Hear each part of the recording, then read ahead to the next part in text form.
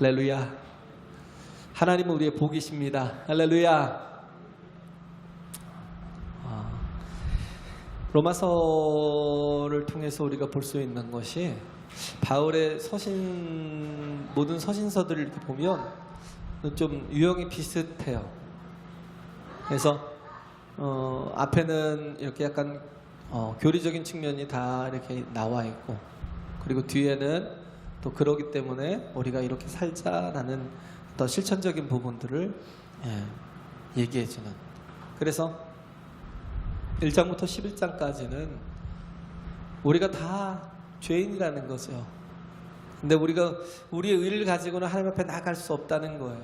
그래서 절망이라는 겁니다. 죄의 삭은 다 사망이기 때문에 한 사람도 우리 자신 자기의 의를 이루어 나갈 사람이 없다라는 거예요. 오래 나는 공고한 사람이라는 거죠. 이 사망의 몸에서 누가 나를 건져내랴. 그런데 누가 계셔요? 그리스도 예수가 계시다라는 거예요. 하나님의 대안이 있다는 거예요. 하나님께서 그러기 때문에 너희는 죽어 마땅하기 때문에 죽어, 그런 게 아니라, 그럼에도 불구하고 하나님이 우리를 사랑하셨어요. 할렐루야. 하나님이 우리를 사랑하셔서 미리 아시고, 미리 아신 자들을 택하시고, 택하신 자들을 어떻게 하셨어요? 그리스도 예수의 사랑 안에 불러주신 거예요. 부르시고, 그렇죠? 구원해내신 거예요. 그리고 새롭게 하시는, 변화시켜 가시는. 그런데 그리스도 예수 안에서 부르시기 위해서 하나님이 택하신 게 뭐냐면, 예수 그리스도를 나 대신 십자가에서 속죄 양으로, 화목 제물로 죽게 하셨다는 거예요. 유월절 어린 양으로 죽게 하셔서, 그래서 뭐예요? 우리의 모든 내가 죽어야 될 그 사망이 유월되었다는 거, 패스오버 되었다는 거죠. 지나갔다는 겁니다. 그리고 우리가 의로운 게 아니에요. 하나님이 우리를 의롭다 하신 게 아니라 뭐예요?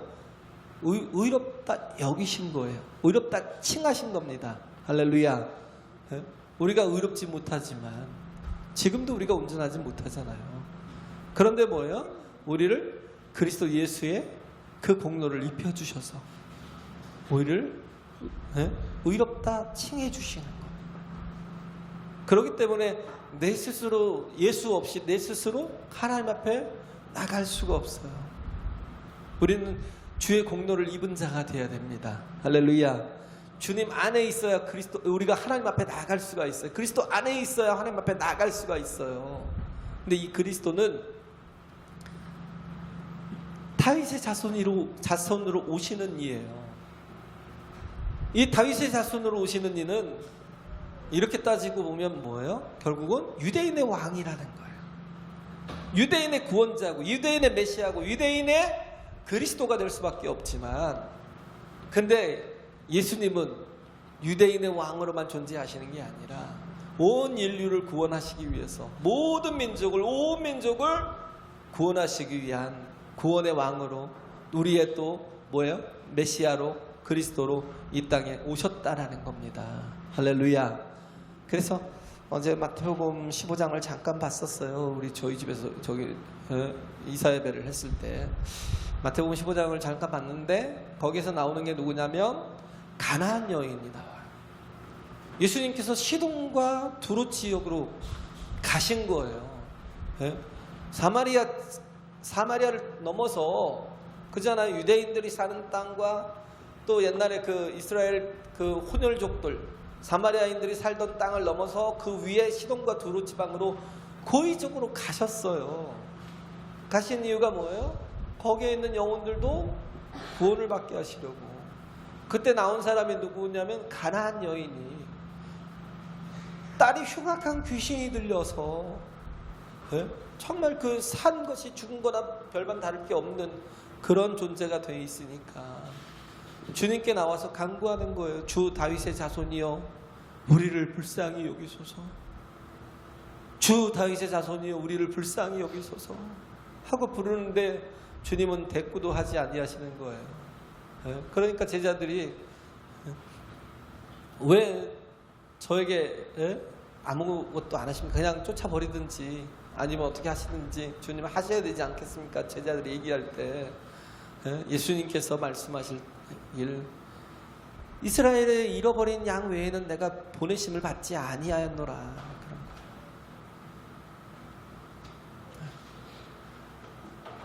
이스라엘의 잃어버린 자 외에는 보내심을 받지 않았다라는 거예요.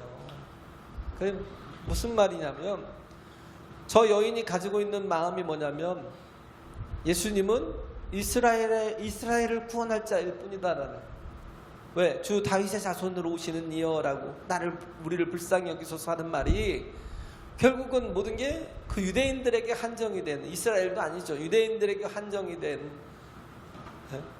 그런 메시아다라는 인정이 아니냐는 거예요. 그래서 예수님이 네가 나를 유대인의 메시아로만 생각하느냐, 그렇다면 나는 당연히 이스라엘의 잃어버린 양을 찾아서 그들을 고치고 그들을 또 강건하게 하는 게 내가 존재하는 목적이 아니겠느냐라고 하는 거예요. 그러면서 예수님이 하시는 말씀이 뭐예요? 자녀들의 떡을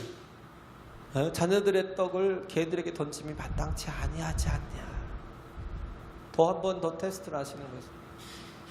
자녀들의 떡을 들어서 개들에게 던지는 게 이건 마땅치 않은 게 아니냐.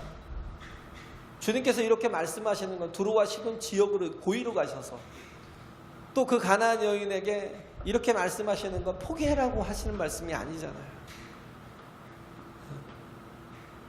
이렇게 대화를 하시면서 뭐 하는 거예요? 그가 온 인류의 하나님이심을, 온 인류의 구원자이심을 깨닫게 하려 하심이라는 겁니다. 할렐루야. 유대인들에게만 한정된, 이 제자들도 그랬잖아요. 제자들도 예수님이 그 메시아 되는 사역이 마지막까지 그랬어요. 예수님이 승천하시기 그 앞직전까지도 주여 이제 이스라엘 나라를 회복케 하심이 이때니까 라고 물을 정도로 예수님의 사역이 이스라엘을 로마로부터 해방시키는 그런 사역이라고만, 정치적인 혹은 군사적인 경제적인 해방이라고만 생각을 했지 온 인류를 위한 구원이라는 생각을 하지 못했어요. 그때 예수님께서 던지시는 말씀이 뭐예요? 너희가 성령을 받으면 권능을 받고 예루살렘과 온 유대와 사마리아와 땅끝까지 이르러 내 증인이 되리라 하시니라. 주님이 말씀하시는 거는요, 주님은 유대인의 왕으로서 이 땅에 오신 게 아니라 온 인류의 구원자로 이 땅에 오신 겁니다. 할렐루야. 우리의 왕이셔요. 그래서 지금 이 주일날 이 대한민국 전국에서도 주님 앞에 예배를 하겠지만 이 날짜가 거의 비슷한 모든 나라에서 오늘 예배를 드리잖아요. 온 민족이, 온 나라가 지금은 그 중동 국가에서도 예수를 믿는 사람들이 되게 많아졌대요. 그러면 그들은 숨어서라도 같이 예배를 드리는 거예요. 왜? 예수님은 유대인만의 왕이 아니시다라는 거예요. 예수님은 유대인만의 메시아가 아니시다라는 거예요. 그걸 얘기를 하잖아요. 그래서 바로 우리가 정말 절망하고 좌절하고 우리의 의를 이루지 못하는 것에 우리 여전히 죄 가운데서 거하며 또 악을 행하고 세상 풍조를 따라 살아가는 이 세태가 결국은 뭐예요? 우리를 죽음으로 멸망으로 이끌어 가기 때문에 우리가 절망할 수밖에 없는 그런 상황에서 하나님께서 누굴 주셨냐면 아들 예수 그리스도를 주셨다는 겁니다. 할렐루야. 아들 예수 그리스도 안에서 이제는 뭐예요? 우리를 먼저 구원하신 것. 제가 지난주에 말씀했잖아요. 우리에게 먼저 구원하셨고 구원하신 자들과 언약을 맺으신 거예요. 하나님께서 우리를 먼저 죄악 가운데서 건져내셨고, 그리고 우리를 새롭게 하셔서 우리 안에 하나님의 거룩한 영, 성령으로 하나님께서 임재하셔서 이제는 뭐예요? 하나님이 우리 안에, 우리가 하나님 안에 있는 그 관계 속에서 하나님과의 온전한 언약의 자녀로 살아갈 수 있도록, 약속의 자녀로 살아갈 수 있도록, 언제든 정말 하나님께서 우리 안에서 그 약속을 따라 약속을 성취해 가시는 그런 하나님이 되시도록 우리에게 은혜를 베풀어 주신 겁니다. 할렐루야.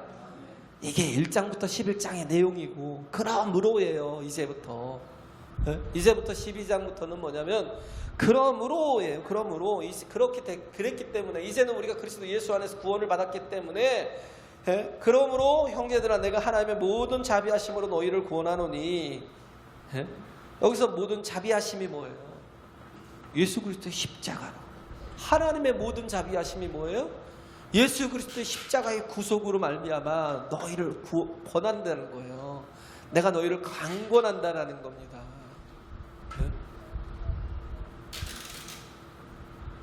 유대인들은 복음을 전하지 않아요. 왜? 유대인들은 자기들만의 율법이라고 생각하기 때문에 남에게 복음을 전하지 않아요. 믿으라고 강권하지 않아요. 그렇게 전할 필요가 없어요. 왜? 자기들 외에는 모든 이들이 다 지옥의 땔감이라고 생각하기 때문에 복음을 전하지 않아요. 그런데 바울은 유대인이면서도 뭐예요? 복음을 알았고 예수 그리스도를 만났어요. 그러니까 어떻게 해요? 전하는 거예요. 그래서 강하게 권하는 겁니다. 그 권하는 그 기준이 뭐냐면 하나님의 자비하심이라는 겁니다. 할렐루야.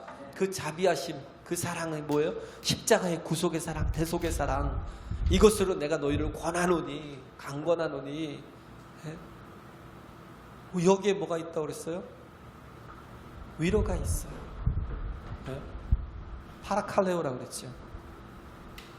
하나님의 진정한 위로가 어디 있어요? 내가 살 길이 있다는 겁니다. 할렐루야.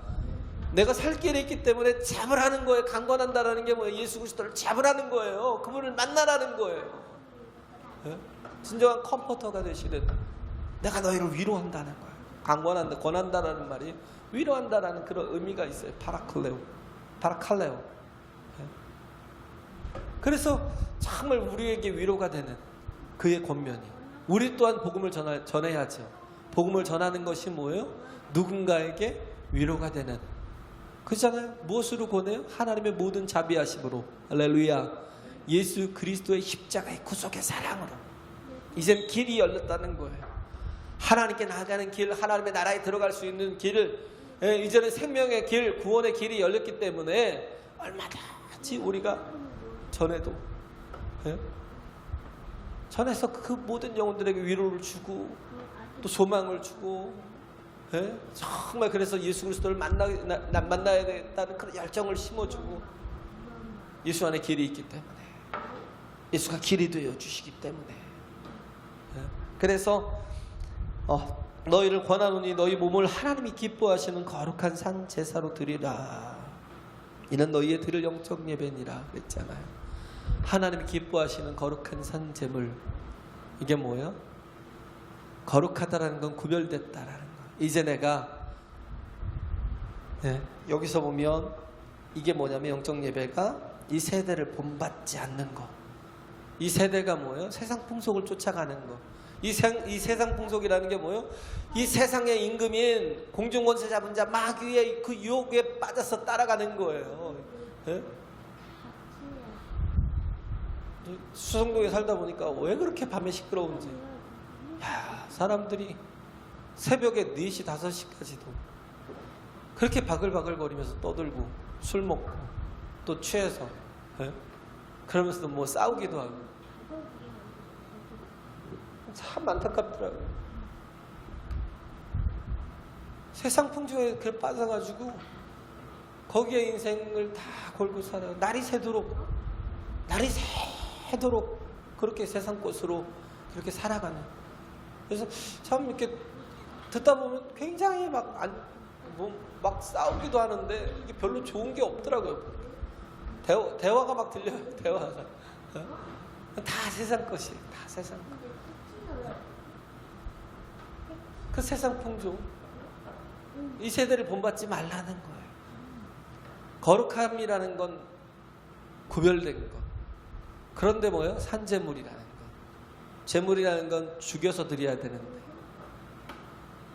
이제는 우리가 내가 나를 죽여서 드려야 되지만 예수께서 대신 죽으셨어요. 할렐루야. 이제는 뭐예요? 내가 산재물이 된 거예요. 죽지 않아도 되는 산재물이 된 거예요. 그러면 이제는 뭐예요? 내 자신을 하나님 앞에 세워야지, 거룩하게. 왜? 이젠 거룩한 산재물이 됐다는 건 뭐냐면 주인이 바뀌었다는 거예요. 주인이 바뀌었다는 거예요. 이걸 인정하지 못하면 우리가 하나님 앞에 평생 뭐예요? 그냥 이렇게 교회에 익숙한 자로 살 수는 있어도 내가 하나님의 뜻대로 사는 자가 되지는 못해요. 그잖아요. 교회에서 변화되지 못하고, 변화받지 못하고, 새로워지지 못하고, 그럼에도 불구하고 교회에서 익숙하게 살아갈 수 있어요. 왜? 교회 오니까 뭐 여기도 공동체고, 여기도 뭐 좋은 사람들이 있고, 또 뭐 조금 실수해도 용납해주고, 그러니까 그냥 이렇게 종교적인 생활을 할 수가 있어요. 그러나 우리가 온전한 변화된 삶, 그래서 정말 하나님의 뜻이 내 안에서 이루어지는, 하나님의 뜻이 하늘에서 이루어진 것 같이 이 땅에서 나를 통해서 이루어지는 그런 삶은 전혀 경험해 갖지 못하는 그런 존재가 되는 거죠. 근데 마치 주인이 바뀌면 우리는 구속이라고 생각을 해요. 그래서 나를 내어주기를 싫어해요. 믿음으로 사는 것 더더구나 싫죠. 거룩한 산재물이라는 게 결국은 뭐냐면, 제가 한 주 동안 얘기했지만 우리의 주의를 성수하는 것, 그죠? 만나라는 것 자체가 하나님께서 이스라엘 백성들을 훈련시키면서 계속 변화시켜 가는데, 믿음의 사람을 변화시킬 때 뭘로 변화시키냐면 만나로. 희한하게. 왜? 만나가 뭐예요? 우리에게 필요한 거잖아요. 뭘 먹을까, 뭘 마실까, 뭘 입을까, 그죠? 뭘 먹을까, 마실까, 입을까, 여기에 막 초점이 맞춰져 있어서 이걸로만 살아가는 우리가, 이걸로만 살아가는 우리를 하나님께서 만나로 통제하시면서 신명기 8장 1절부터 쭉 보면 3절인가에 보면 그러잖아요. 사람이 떡으로만 살 것이 아니요 하나님의 입으로 나오는 모든 말씀으로 살 것이니라 하시니라. 할렐루야. 마태복음 4장에 있는 것처럼 예수님이 광야에서 마귀에게 시험을 받을 때 하신 말씀처럼 사람이 떡으로만 살 것이 아니요 뭐가 필요한 거야? 하나님의 입에서 나오는 모든 말씀으로 사는 것. 말씀이 성취돼야 내가 산다는 걸 하나님이 뭘로 가르쳐 주시면 만나로. 그죠? 광야에서는 먹을 게 하나도 없잖아요. 예수님도 광야에서 시험을 받았지만 광야에서 그 어떤 것도 기대할 게 없어요. 심고 거둘 게 없잖아요. 그러니까 뭐예요? 오직 하나님의 은혜가, 하나님의 능력이, 하나님의 전능하신 또 하나님의 손길이 필요한 겁니다. 그 모든 것들을 하나님께서 만나를 통해서 훈련시켜 가시는 거예요. 아침마다 이른 새벽에 일어나야 그 새벽 이슬같이 이렇게 송송송송 이렇게 막 맺혀서 떨어진 그 만나를 취할 수 있어요. 그리고 딱 하루 분량을 취해야 하고, 먹을 수 있을 하루 분량을 취하고 그 이상 놔두는 건 그 다음날 썩어버려요. 우리는 그러잖아요. 일용할 양식이라는 거, 주기도문에 나오는 거, 일용할 양식을 우리에게 주옵시고, 그러면 우리는 무슨 일용할 양식이야. 적어도 10년, 아니 이제 죽을 때까지 노후를 보장받을 수 있는 돈이 필요하지. 이게 사람이에요. 짐승들은 안 그러잖아요. 우리는 그래요.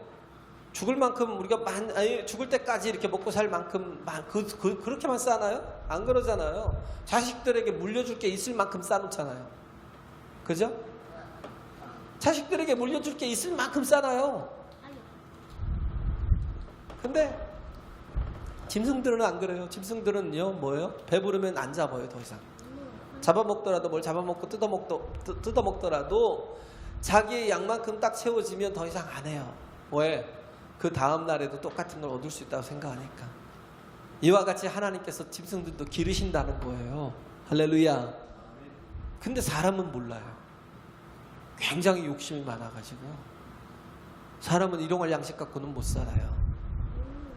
제가 그랬어요. 제가 항상 얘기하는 얘기. 제가 그랬어요. 돈이 많아야 될 줄 알았어요. 근데 그게 어리석은 거예요. 그래서 하나님께서 만나러 그들을 이끌으신다는 건 뭐냐면 매일매일 하나님의 말씀이 성취되어 가는 것을 깨닫게 하시는 거예요. 할렐루야. 말씀 앞에 서는 게 뭐예요? 하나님의 약속이 이루어지는 거예요. 내일 아침에도 분명히 하나님의 약속대로 만나를 주시겠지. 아무것도 없는 땅에서. 그것도 하루 이상을 넘길 수 없는 그런 만나라는 그 특성상 내일 만약에 만나가 내리자면 내일 죽는 거예요. 그래서 내일 죽진 않겠죠. 뭐 예수님도 40일을 광야에서 굶으셨으니까 어느 정도는 살아가시겠죠. 근데 만나가 며칠 동안 계속 내리지 않으면 굉장히 심각한 문제가 도래할 수밖에 없는. 그런데 그들은요, 그렇게 계속 매일매일 하나님께서 만나를 주시는 그것을 경험하면서 하나님을 확신하고 신뢰하기 시작한 거예요. 할렐루야. 우리가 그걸 믿어야 돼요. 우리가 그걸 경험해 가는 게 정말 믿음의 훈련이에요. 만나를 통해서 훈련받는 것. 내가 내 힘으로 살겠다고 하는 게 율법주의라니까요. 근데 우리는 율법주의로 사는 게 아니라 뭘로 살아요? 우리는 복음으로 사는 거예요. 할렐루야. 하나님의 약속으로 사는 거예요. 하나님께서 나를 구원하셨고 구원하신 우리에게 약속을 하셨잖아요. 언약을 하셨잖아요. 내가 너희를 기름아. 그걸 신뢰하고 가는 거예요. 이렇게 정말 40년 동안 철저하게 훈련되니까 이들이 엄청 무서워지잖아요. 여리고성을 치는데요. 야, 뭐 철저하게 그 견고한 성을 무너뜨릴 방법을 찾아야 되는데 그렇지 않았어요. 오직 하나님이 뭐예요? 그냥 여리고성을 하루에 한 바퀴씩 돌으래요. 이게 뭐예요 이게? 도대체? 이러다가 돌 맞으면 어떻게 하라고? 이러다가 한 바퀴씩 돌고 일주일째 되면 그 기온 떨어져가지고 저들이 우리를 치면 우리 꼼짝없이 죽는데, 근데도 불구하고 무서운 건 뭐냐면 이들은 끝까지 하나님을 신뢰했다는 거예요. 마지막 1회째 되는 날은 7바퀴를 돌라는 거예요. 거의 뛰다시피 하는 거예요. 근데도 불구하고 뭐예요? 찬송하며 뛰는 거예요. 할렐루야. 그러면서 막 고함을 팍 지를 때 여리고가 막 어르르 무너지잖아요. 하나님을 신뢰하는 거. 이 삶이 되게 중요합니다. 우리가 복이라는 건 뭐냐면 내가 하나님의 뜻대로 살아갈 수 있을 만큼 온전한 신앙으로 변화되어 가는 거예요. 할렐루야. 변화되어 가는 거예요. 이 영적인 예배 우리 삶 자체가 예배가 되고 우리 삶 자체가 신앙의 순종이 되어서 하나님을 기쁘시게 하고 하나님을 영화롭게 하는 그런 삶을 살아가는 거. 그래서 이전에 그러잖아요. 너희는 이 세대를 본받지 말고 오직 마음을 새롭게 함으로 변화를 받아 하나님이 선하시고 기뻐하시고 온전하신 뜻이 무엇인지 분별하도록 하라. 이 세대를 본받지 말고 마음을 새롭게 하라는 거예요. 내 마음을 새롭게 하라는 거예요. 변화를 받아서 하나님의 뜻대로 살아가라는 거예요. 육신으로 살지 말고 영으로 살 수 있는, 이제는 육의 사람이 아닌 영적인 삶은, 이제는 내가 내 힘이 아닌 하나님의 힘으로 살아가는 그런 삶을 살라는 겁니다. 할렐루야. 그렇기 때문에 하나님께서 어떻게 해요? 하나님의 자녀들을 훈련시키는 거예요. 무섭게 훈련시키는 거예요. 신명기 32장 10절부터 12절까지 보면요, 11절에 보면 또 뭐가 나오냐면 독수리가 그 보금자리를 어지럽힌대요. 막 날개로 막 어지럽히면서 뭐예요? 새끼를 막 밀어낸다는 거예요. 그잖아요. 그 보금자리를 왜 지었어요? 새끼를 안전하게 거하게 하려고. 그것도 뭐 어디 뭐 절벽 같은데 높은 데다가 그 어떤 것도 건들지 못하도록 높은 곳에 둬가지고 그렇게 보금자리를 튼튼하게 지어놨는데, 근데 그렇게 해서 새끼를 낳고 거기서 기르는데 어느 순간 되면 어떻게 해요? 보금자리를 막 어지럽히는 거예요. 막 몸을 흔들면서 새끼를 막 밀어내고 막. 그러니까 새끼는 어떻게 하겠어요? 거기 절벽에서 툭 떨어질 거 아니에요. 나무 위에다 지어놨으면 나무 위에서 툭 떨어질 거 아니에요. 그러면 죽으라는 얘기잖아요. 그잖아요. 하나님이 마치 나를 죽이시는 것 같아요. 예? 내가 주일을 성수하고 새벽 기도를 하고 11조를 하면 하나님이 나를 죽이실 것 같아요. 그잖아요. 믿음이 없으면 절대 이거 못해요. 주일을 온전하게. 그잖아요. 믿음의 사람은 뭐예요? 그냥 주일 성수 안 하는 건 그냥 안 믿는 사람한테 양보하고, 우리는 주일을 성수하는 사람으로 살겠습니다. 각오하고. 그잖아요. 그럼 하나님께서 책임져 주신다니까요. 예? 죄송합니다. 예? 제가 이 말씀을 못 받는 사람도 있는데, 약하면 그럴 수 있어요. 근데 또 하나님도 기다려 주시잖아요. 예? 주일 성수하는 것도 그래요. 우리가 청년들도 뭔가 이렇게 직장을 구할 때 주일 성수하는 것을 꼭 하기 위한 자리를 잡는 거예요. 그거 안 하는 건 다 양보하겠다는. 왜 그래 안 해도 하나님이 날 기르시기 때문에. 그잖아요. 11조 떼내는 거 저는요 진짜 죽을 맛이었다니까요. 어느 때 빚을 잔뜩 졌는데, 그잖아요. 한 달에 몇백이 막 나가야 되는 돈인데, 생각을 한번 해보세요. 몇백이 나가는데 11조 떼는 게 쉽겠어요? 어렵잖아요. 근데도 떼요. 예? 지금은 뭐 그런 상태가 아니고요. 지금은 좀 많이 나아졌고, 그래도 없는 게 아니고. 예? 11조를 떼는데 힘들죠. 더 힘들죠. 그죠?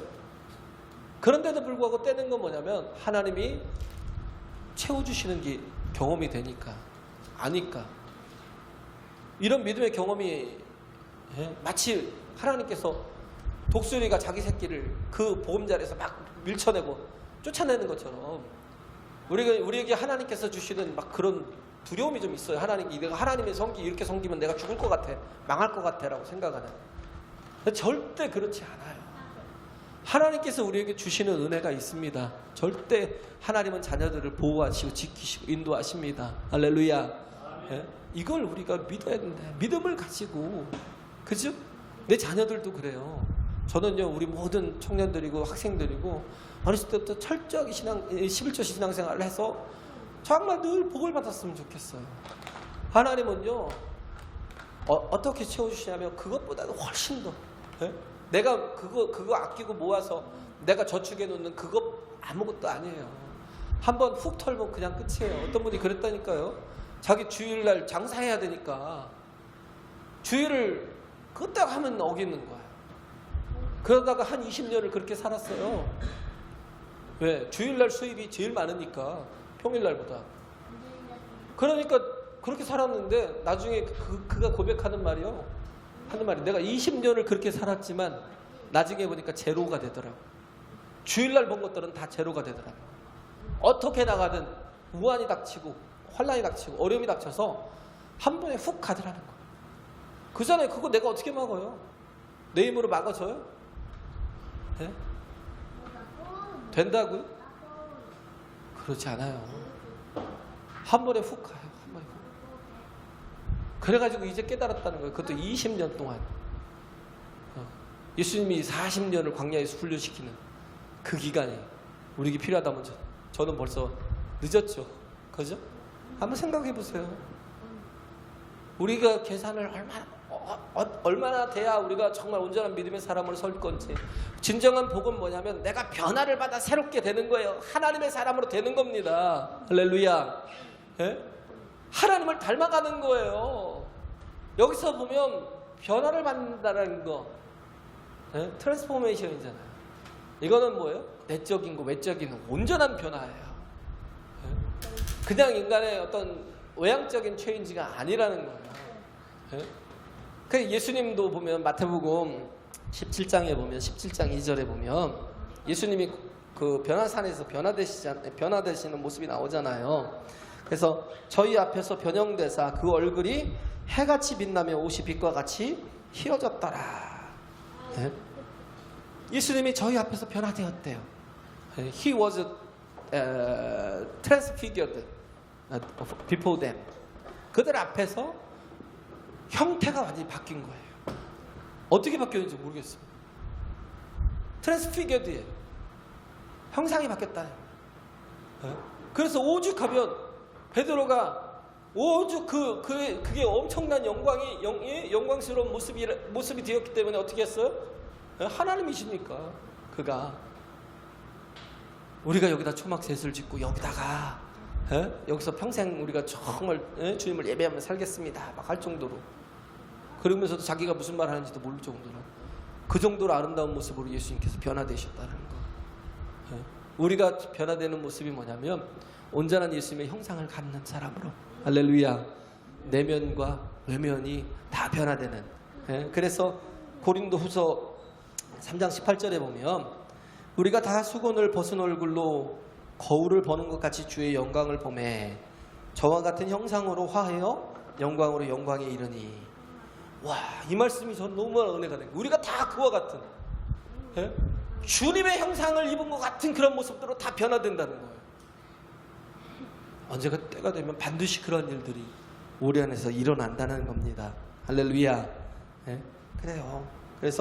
그리고 또 보면 로마서 8장 29절에서 30절 보면 뭐라고 되어 있냐면 하나님이 미리 아신 자들로 또한 그 아들의 형상을 본받게 하기 위하여 미리 정하셨으니 이는 그로 많은 형제 중에서 맏아들이 되게 하려 하십니다. 그랬잖아요. 그의 형상을 본받게 하기 위해. 그 아들의 형상이래요. 이 신기하잖아요. 그 아들의 행위를 본받게 하기 위한 게 아니래요. 여기서 뭐 그 아들의 형상을 본받게 하기 위한 뭐예요? 내면과 외면의 완벽한 주님을 닮아가는 그런 모습으로 바꿔주시는 거예요.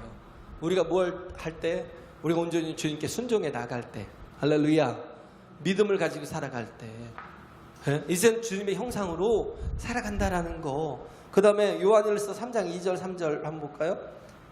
뭐 찾을 수 있으면 한번 찾아보세요. 요한일서 3장 2절 3절. 사랑하는 자들아, 우리가 지금은 하나님의 자녀라. 장래에 어떻게 될 것은 아직 나타나지 아니하였으나 그가 나타나심이 되면 우리가 그와 같을 줄을 아는 것은 그의 계신 그대로 볼 것을 이남이니.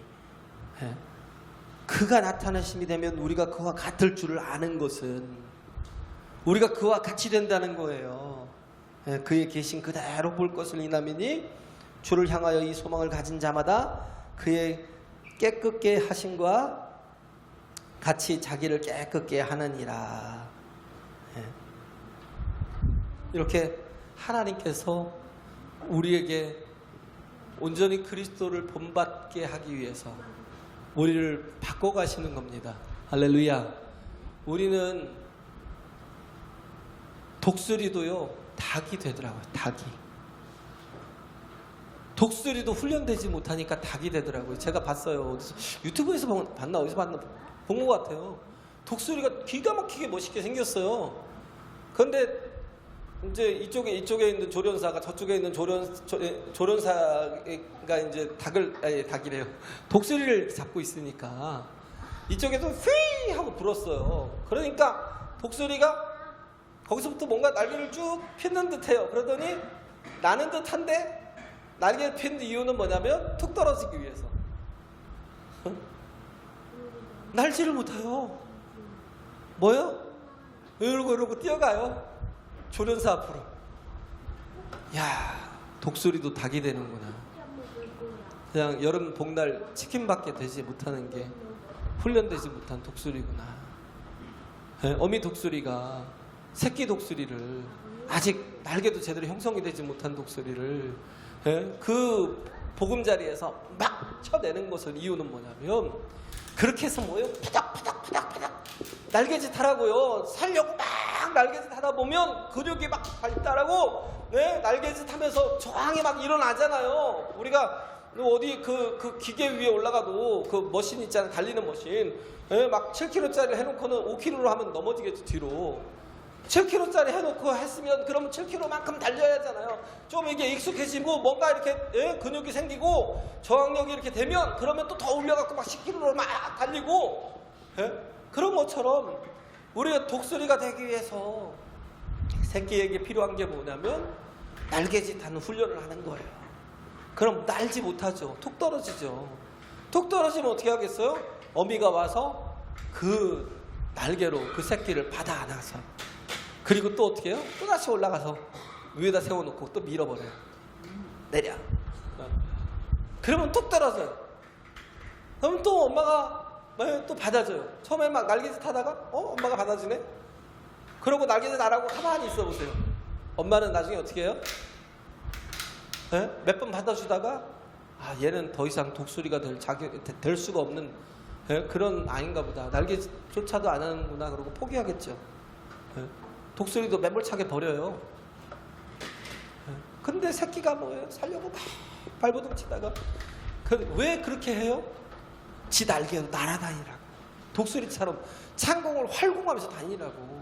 우리가 하나님께서 우리를 연단시키고 훈련시키는 이유가 뭐예요? 그렇게 해서 활공하며 날아다니면서 정말 하나님의 능력 있는 자녀, 믿음의 자녀, 정말 어디를 가든지 승리하는 자녀가 되라고. 할렐루야. 우리를 그렇게 바꿔가시라는 거예요. 그래서 변화되라는 거예요. 변화됨이 뭐예요? 정말 진정한 예수 그리스도의 모습을 우리 안에 완전히 담아버리는 거예요. 그게 뭐냐면 그 붕어빵 그 기계틀에다가 그 반죽한 걸 넣고 거기다가 또 안골을 넣잖아요.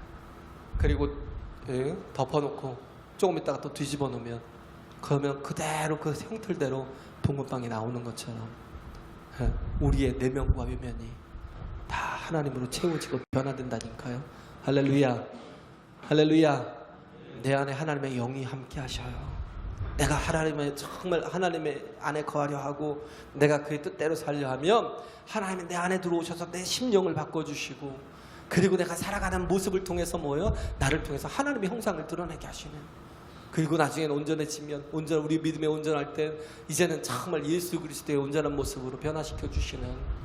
우리 육체는 다 썩어지겠지만 그러나 우리가 예수 그리스도의 온전한 형상을 입고 우리 하나님 나라에 이를 때가 있잖아요. 우리가 세상 풍조를 쫓고 세상의 세태를 쫓아가는 그런 심령이 아니라 우리가 정말 오직 하나님만 바라보고 정말 하나님 말씀 변화되고 새롭게 되는 저와 여러분 되실 간절히 바랍니다. 할렐루야.